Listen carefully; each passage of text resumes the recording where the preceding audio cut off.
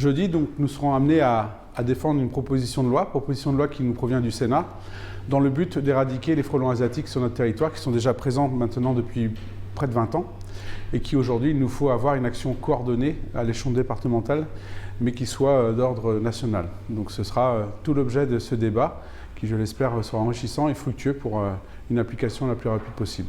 Cette proposition de loi, en fait, va impliquer les préfets, qui, à l'échelle de leur département, vont pouvoir mener une coordination auprès des collectivités, avec le monde apicole, s'inspirer également de l'expérience de chacun, notamment sur la notion de piégeage, sur la notion de chasser les nids, et ceci afin qu'on ait une action coordonnée, efficace, car aujourd'hui, ce qui les limite, c'est que les actions sont menées à l'échelle d'une commune.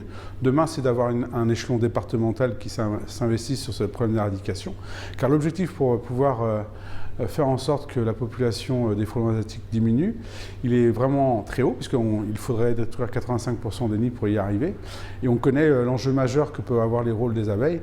Et face à ce fléau, il y a aussi un volet sur l'indemnisation de nos apiculteurs qui aujourd'hui peuvent se retrouver du jour au lendemain avec toute leur production détruite. Donc il y a ce volet indemnisation, ce volet bien entendu action pour diminuer justement la présence des frelons asiatiques. Cette proposition de loi sera l'occasion demain de pouvoir disposer d'une base sur laquelle les préfets pourront s'inspirer pour tenir compte des spécificités des territoires. Chacun des territoires n'est pas impacté de la même manière, chacun ne dispose pas des mêmes acteurs.